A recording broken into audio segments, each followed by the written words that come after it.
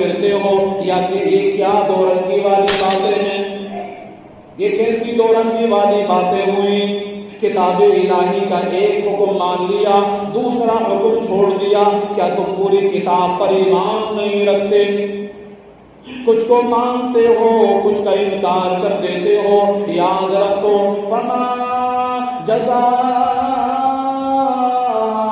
من یفعل ذلک منکم، کیا جزا جو کرے یہ تم سے، یعنی جو ایسا بیہودہ کام کرے، اپنی مرضی کے حکم مان لے، باقی کا انکار کر دے، اس کی کیا سزا ہے؟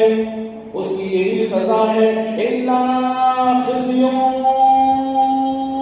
فی الحیات الدنیا، مگر رسوائی دنیا کی زندگی میں، یہ دنیا کی سزا ہے۔ مزید فرمایا وَيَوْمَ الْقِيَامَةِ يُرَدُّونَ إِلَىٰ أَشَدِّ الْعَذَابِ، فرمایا اور قیامت کے دن انہیں شدید ترین عذاب کی طرف لوٹایا جائے گا، یعنی جو اپنی مرضی کے حکم مان لے، باقی کا انکار کر دے، اسے دو سزائیں ملیں گی۔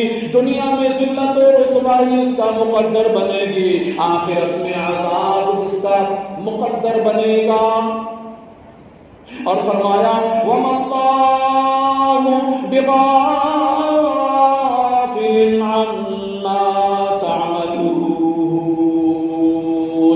اور اللہ تمہارے اعمال سے بے خبر نہیں، یعنی تمہارے کرتوت اللہ پاک سے چھپے ہوئے نہیں ہیں، تم جو کرتے ہو اللہ پاک سب کو جانتا ہے۔